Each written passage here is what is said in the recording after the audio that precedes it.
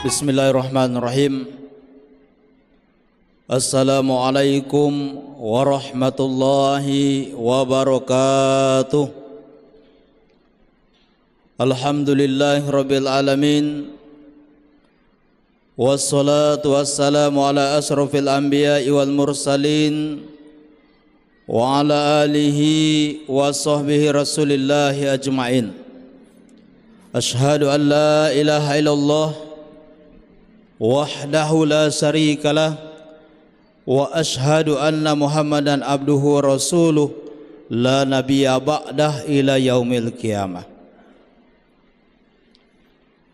Bapak-bapak, ibu-ibu jemaah salat zuhur yang dirahmati Allah, marilah kita senantiasa bersyukur pada Allah Subhanahu wa taala.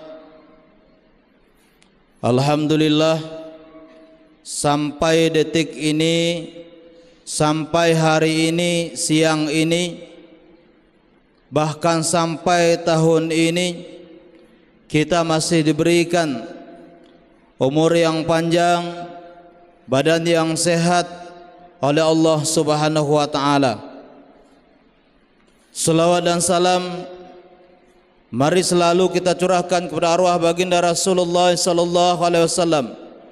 Allahumma salli ala Sayyidina Muhammad wa ala ali Sayyidina Muhammad.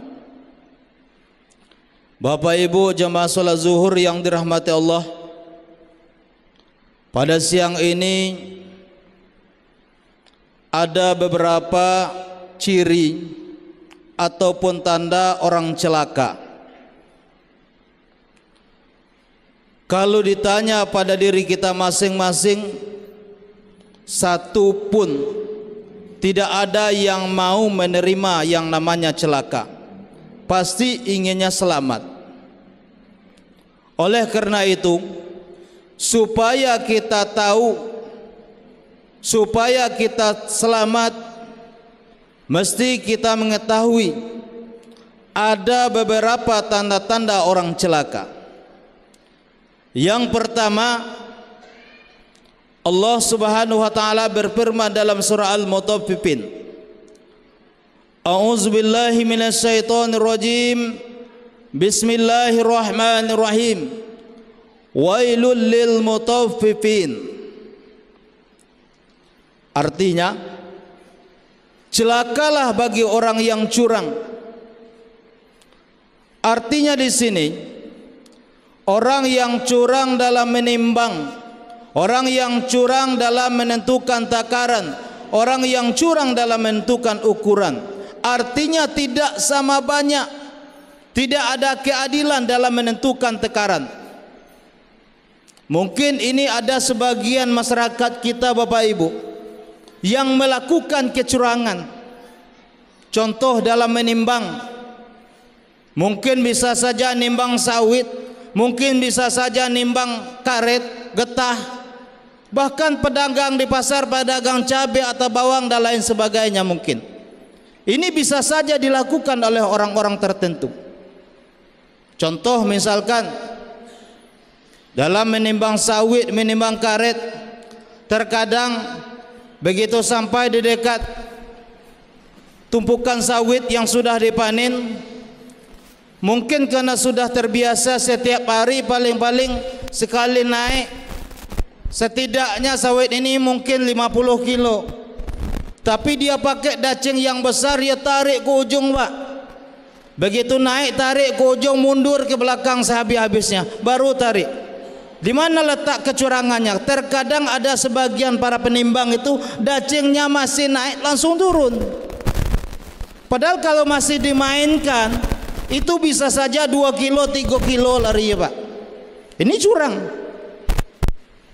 Biasanya orang yang curang seperti ini, dia ingin mendapat keuntungan besar, dia ingin mendapat keuntungan yang lebih banyak. Padahal itu adalah kebalikannya.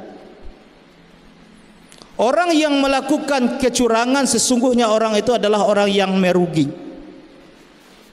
Yang namanya hak kita, hak orang, itu tetap kembali kepada orangnya masing-masing.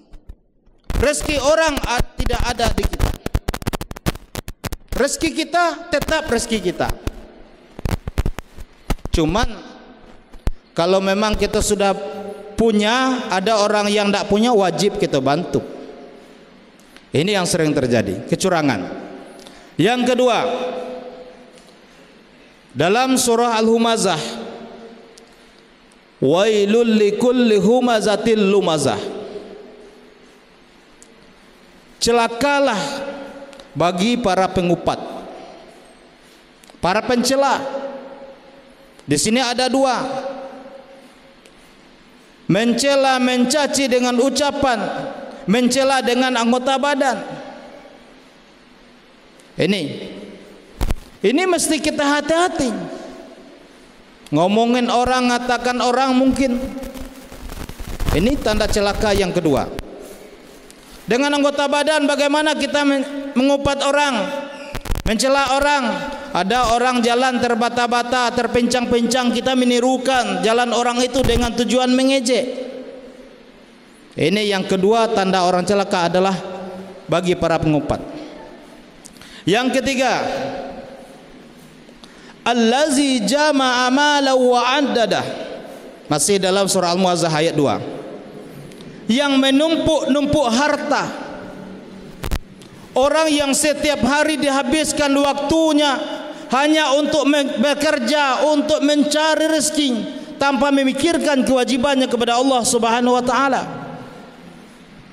Memang yang namanya manusia itu jarang yang mempunyai sifat cukup.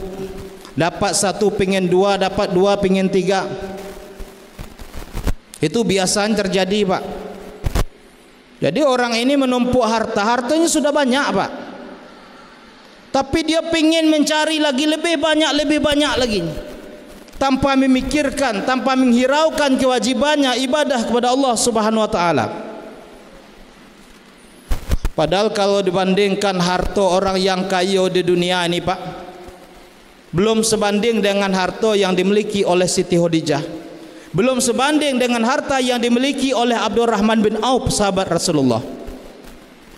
Khadijah kekayaannya 2/3 wilayah Mekah dimiliki oleh Siti Khadijah pada saat itu. Abdurrahman bin Auf, saking banyaknya hartanya, dia sudah pusing memikirkan untuk apa harta ini, untuk apa digunakan harta ini, saking banyaknya hartanya. Sampai dia pergi ke pasar, dia jualan Abdurrahman bin Auf nih, apa yang dijualnya yaitu kurma busuk, Pak. Karena setiap dia berdagang dagangan yang bagus, dagangannya selalu laris. Itu Allah yang menakdirkan, Allah yang menghendaki. Pada suatu hari dia pergi ke pasar menjual kurma busuk supaya dagangannya tidak laku. Tetapi dengan izin Allah, pas pada hari pasar itu ada orang yang mencari kurma busuk. Satu-satunya yang menjual kurma busuk hanya Abdurrahman bin Auf. Akhirnya bertambah lagi hartanya. Nah ini. Jadi orang yang sibuk menumpuk-numpuk harta tanpa memikirkan kewajiban ibadahnya kepada Allah, ini adalah orang yang celaka yang ketiga. Cuman biasanya, Pak, orang yang sibuk menumpuk harta, menumpuk kekayaan, tidak mau sedekah, tidak mau membantu anak yatim, tidak mau bersedekah kepada orang miskin, biasanya orang seperti ini adalah orang kaya yang sombong. Karena ayat selanjutnya disebutkan yahsabu annama lahu ahladah. Dia mengira hartanya ini bisa membuat dia kekal. Dijawab ayat selanjutnya, kalla la yunbazana fil hutamah. Tidak, mereka akan dilempar ke dalam neraka hutamah. Wa ma adraka mal hutamah. Tahukah kamu itu neraka hutamah? Narullahil muqaddah. Artinya api yang menyala-nyala, api yang dinyalakan oleh Allah Subhanahu wa taala. Bapak Ibu yang dirahmati Allah, oleh karena itu supaya kita selamat, mari kita kenali ciri-ciri orang celaka ini. Yang pertama, jangan sampai kita melakukan kecurangan dalam menentukan takaran. Yang kedua, jangan sampai kita biasakan mengupat orang. Hindari itu. Karena ada terkadang itu dari Pak RT, Pak RW, Pak Camat, Pak Bupati, Gubernur, Presiden diejeknya kalau dado yang betul. Nah, memang kalau mencari orang yang lurus di atas dunia payah memang. Ini biasanya sebagian masyarakat kita. Kemudian jangan sampai kita dihabiskan waktu untuk menumpuk-numpuk harta hanya mencari kekayaan, lupa kewajibannya kepada Allah Subhanahu wa taala. Karena kita hidup di dunia ini hanyalah sementara, Bapak Ibu. Bapak Ibu yang dirahmati Allah, demikian yang dapat saya sampaikan. Lebih kurang mohon maaf.